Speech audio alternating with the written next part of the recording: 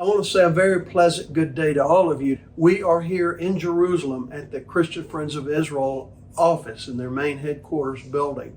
We're partnering together, Christian Friends of Israel, David Nekrutman of the Isaiah Projects, and Zion's Bridge. We're going to make a difference. We're changing the strategy of how we're going to assist those victims of this terrible, worst catastrophe, worst terrorism that has happened in well over 50 years. And I want David Nekrutman to come in and tell you about the Kibbutz Be'eri and how we're going to help them and make a difference. David.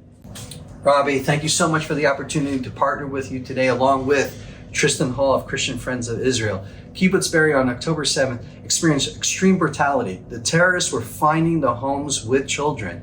And we know that children were burnt, severed, killed, and 350 children witnessed loved ones being murdered on that day.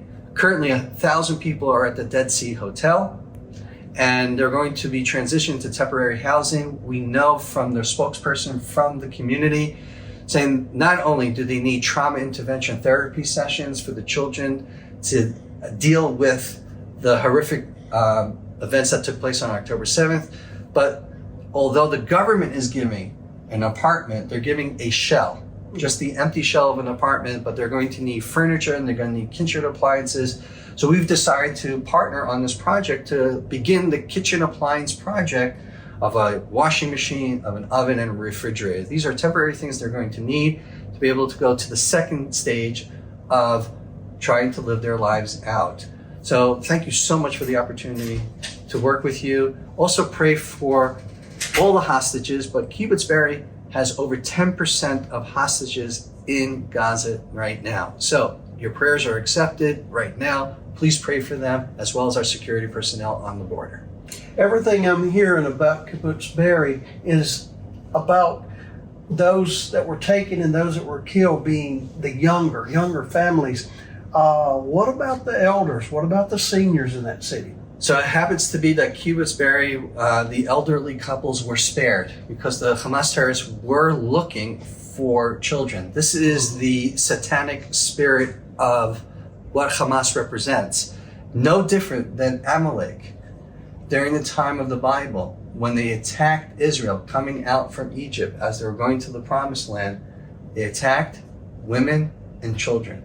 But David, how did they know that children were at homes? Because they identify those homes through the bicycles outside the homes, through children's activities that normally would take place outside the home. They knew this was a family, as opposed to a couple who are elderly. And what's quite fascinating in the Kibbutz Be'eri situation, they had 3 Arab workers in the early morning that opened up the cafeteria for this kibbutz.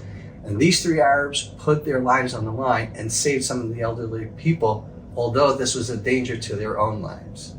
Wow, we're hearing so much that's showing the negative, the weakness, and the evilness of what humanity can do. But we're also hearing these stories about humanity pulling together. And that's kind of what we're doing here now. You're a Jewish person, I am a Gentile from the nations. But together, all we care about at this point is humanity. And I want to say to you, we are changing the strategy. In the very beginning, CFI is right here on the front lines like they've always been. Every time something bad happens in Israel, CFI is here.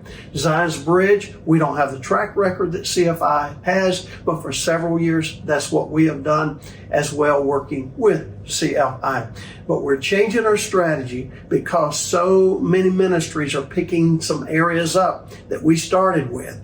We were taking supplies down to the front line, providing soldiers what they needed, first responders what they needed, but now others are coming in. It's taking a process. So we're backing off from that. And what are we doing? We're going to see to it when these families that have been so terrorized by this evil work, so terrorized, when they are given the opportunity, and that's going to start really soon now. That phase has begun.